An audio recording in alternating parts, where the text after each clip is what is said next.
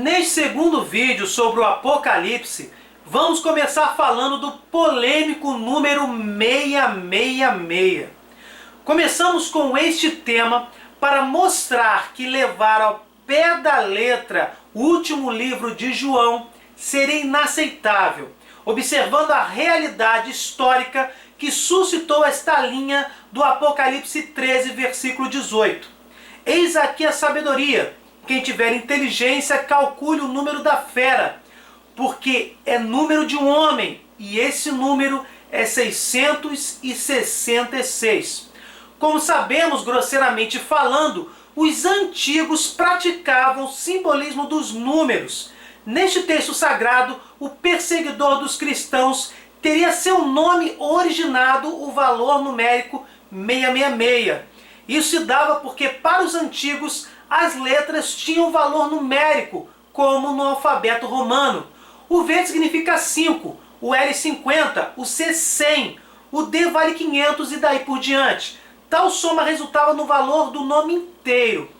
Enfim, qual seria o nome cujas letras somadas daria 666? Para chegarmos a essa resposta, precisamos entender que os leitores do Apocalipse não sabiam latim, mas sabiam o grego e muito provavelmente o hebraico.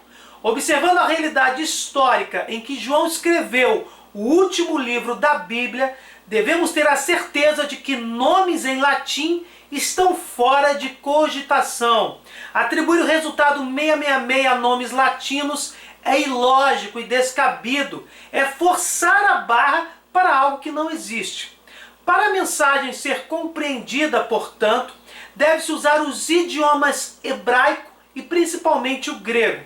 Falar em outros idiomas como o latim, completamente desconhecidos, seria completamente destoante com os demais 72 livros das Sagradas Escrituras. Mas por que eu estou registrando esta verdade histórica em relação aos idiomas?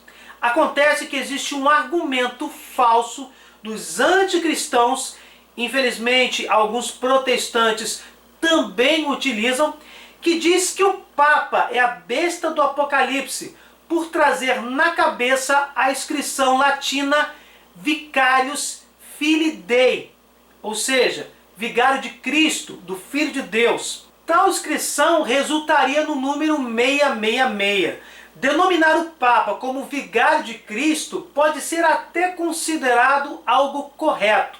Vigário é aquele que está no lugar de alguém.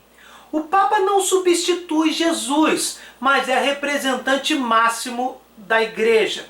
Só alguém extremamente mal intencionado poderia acusar a Igreja de idolatria, uma vez que todos os católicos conscientes e equilibrados sabem que o Papa não é Cristo. Vejamos o cálculo. Verificamos que se trata de algo forçado, uma vez que tal expressão está em latim e não em grego ou em hebraico. Em resumo, expressões em latim devem ser desconsideradas. Nenhum Papa traz na cabeça esta inscrição latina. Esta expressão vigário de Cristo só foi encontrada na lápide de apenas um Papa. A interpretação correta é que o número 666 corresponde às letras da expressão hebraica César Nero, perseguidor contemporâneo à época do livro do Apocalipse. Também temos a prova de que o número da besta pode ser, além de 666, o número 616. Existem manuscritos do Apocalipse que possuem 616 em vez de 666 como o número da besta. Pode acontecer a omissão de num no final da palavra Nero, o que descontaria 50, totalizando 616. Isso mostra claramente que, independente do manuscrito, a expressão em hebraico César Nero é a que melhor se encaixa, tanto totalizando 666 quanto 616. João, portanto, usou um Nero como tipo do perseguidor anticristão. Porém, também pode significar o imperador Domiciano, que perseguiu a igreja em 95 d.C. Esse imperador se autodenominava César Deus, do grego Kaiser Theos. Em grego, tal soma resulta também em 616. Vale lembrar que H não tem valor numérico. O número 666 pode também designar Calígula e Trajano, por exemplo. Este recurso de indicar uma pessoa por meio de um número é um método cabalístico dos rabinos hebreus, empregado na interpretação da Bíblia, chamado gematria. Resumindo, se existem versões do Apocalipse que possuem o número 616 no lugar de 666, seria lógico e científico só calcular o valor numérico de nomes em grego ou hebraico, sem mencionar o fato de que Nero realmente foi um perseguidor à época da feitura do Apocalipse. Esta explicação parece ser a mais sensata e racional possível. Se essa teoria estiver errada, a doutora do Adventismo, uma doutrina protestante, a mulher que viveu no século passado, Ellen G. White, também poderia ser considerada a besta do Apocalipse.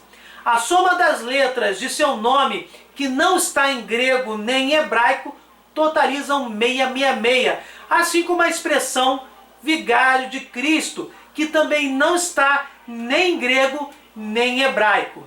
A passagem de Apocalipse do 1 ao 15 foi a base para uma teoria muito antiga que dizia que imediatamente antes do fim do mundo teríamos um reino de Cristo aqui na Terra, que duraria 1000 anos. Essa tese é conhecida como milenarismo. Muitas denominações cristãs recentes defendem esta interpretação, sem mencionar São Justino e São Irineu, santos católicos que defenderam o milenarismo, entre outros, no início da era cristã. Neste quadro temos um resumo da sucessão dos acontecimentos, segundo a tese do milenarismo. Primeiro, Satanás é acorrentado. Depois acontece a ressurreição dos justos com o consequente reino milenar de Cristo na terra. Depois haverá uma segunda ressurreição, desta vez para os demais, para logo em seguida termos o juízo final. A partir do século V depois de Cristo, o milenarismo foi rejeitado e esquecido. Deus não é incoerente, não existem duas verdades contraditórias. Observando a passagem de João 5, do 25 ao 29, e essa de Apocalipse 20, do 1 ao 15, note que são ambos livros escritos pelo mesmo autor, João. Concluímos que o milenarismo não deve ser considerado. A primeira ressurreição é a sacramental, que se dá pelo batismo e a vida cristã. Como diz o texto do Evangelho, João 5, do 25 ao 29, é uma ressurreição no presente, enquanto que a segunda é futura, a corporal, no fim dos tempos. Logo, não existe uma primeira ressurreição para os justos e uma segunda ressurreição para todos os outros, com o reino de Cristo por 1000 anos no meio das duas. Este reino milenar de Cristo indica a história da igreja, que começa na ressurreição batismal e se encerra na ressurreição final dos corpos. A história que vivemos hoje, como cristãos batizados. Esse já é o reino milenar de Cristo. Novamente a questão dos números. 1000 é sinal de bonança e paz. No próprio Apocalipse, a história da igreja é simbolizada por 3 anos e meio, 42 meses, ou 1260 dias. Vejamos estas duas passagens do Apocalipse como exemplo da dinâmica da simbologia dos números, tema central do nosso segundo vídeo sobre o Apocalipse. O átrio fora do templo, porém, deixa-o de lado e não meças. Foi dado aos gentios, que hão de calcar aos pés a cidade santa por 42 meses. Mas incumbirei as minhas 2 testemunhas, vestidas de saco, de profetizarem por 1260 dias.